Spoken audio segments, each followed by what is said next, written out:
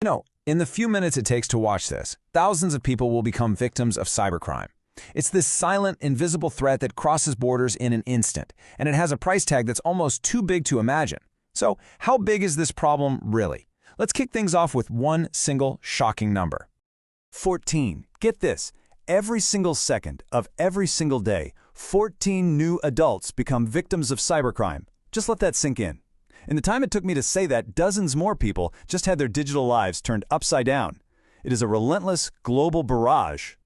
So, what does 14 victims a second actually add up to over a day? Well, it looks like this. 1 million. 1 million adults victimized every 24 hours. That's like the entire population of a major city getting hit by cyber attacks every single day. These numbers are just staggering, right? And it's so easy to forget that behind every single digit is a real person. So for our first section, let's push past the data for a minute and really focus on the true scale of the human cost here. All right, now let's zoom out and look at the annual toll. A major study found that 431 million adults were victimized in a single year. And you have to remember, that study was from 2011. Our lives are so much more digital now. This isn't some small niche problem. It's a global epidemic that has been snowballing for more than a decade. And this really gets to the heart of why it's so hard to fight. The internet doesn't have borders. An attacker in one country can hit a victim on the other side of the planet in a fraction of a second. That's what makes this such a complex, transnational issue. There's no way any single country can solve it alone. That incredible human cost is matched by a financial one that is just as mind-boggling. So let's move on and look at how this all builds up into what is, for all intents and purposes, the business of cybercrime. It's a full-blown illegal industry. $1 trillion. That's the estimated annual value of the cybercrime business. I mean, we are not talking about petty theft here. This is a global economic force on par with the GDP of entire countries.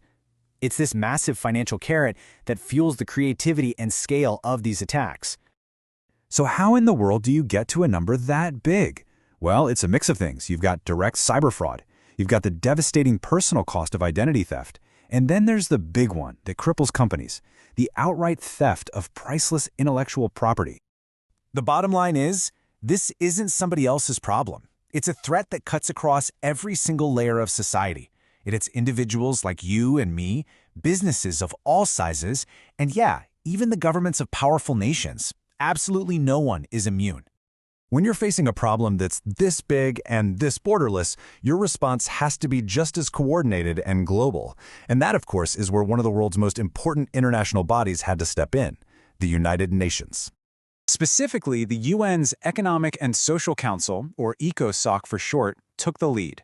This is the part of the UN that's designed to tackle the world's biggest economic and social headaches, which makes it the perfect place to address a crisis with this kind of impact. ECOSOC put together a special event and gave it a really telling title, Cybersecurity and Development. That name is so important because it reframes the whole issue. It says this isn't just a tech problem or a crime problem, it's a fundamental roadblock to global progress. And this wasn't just talk. On December 9th, they held a formal event in New York. This was a really critical moment, getting all the key global players into one room with a single goal, to start figuring out how to tackle the cybersecurity crisis head-on.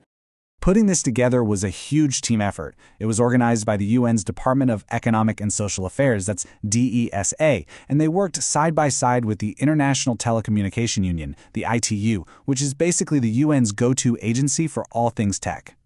And if you want to understand their strategy, just look at who is in the room. It wasn't just the official member states and the usual UN folks. They made sure to bring in people from the private sector, the tech companies, and the public sector, plus civil society groups. The message was loud and clear. If you want to fight a threat this widespread, you need everybody at the table. And all of this leads us to one final crucial question. We all build digital firewalls to protect our data and our networks. But for a threat that just leaps over borders like they don't exist, is this kind of global cooperation the only firewall that truly matters? It's something we really have to think about for our connected future.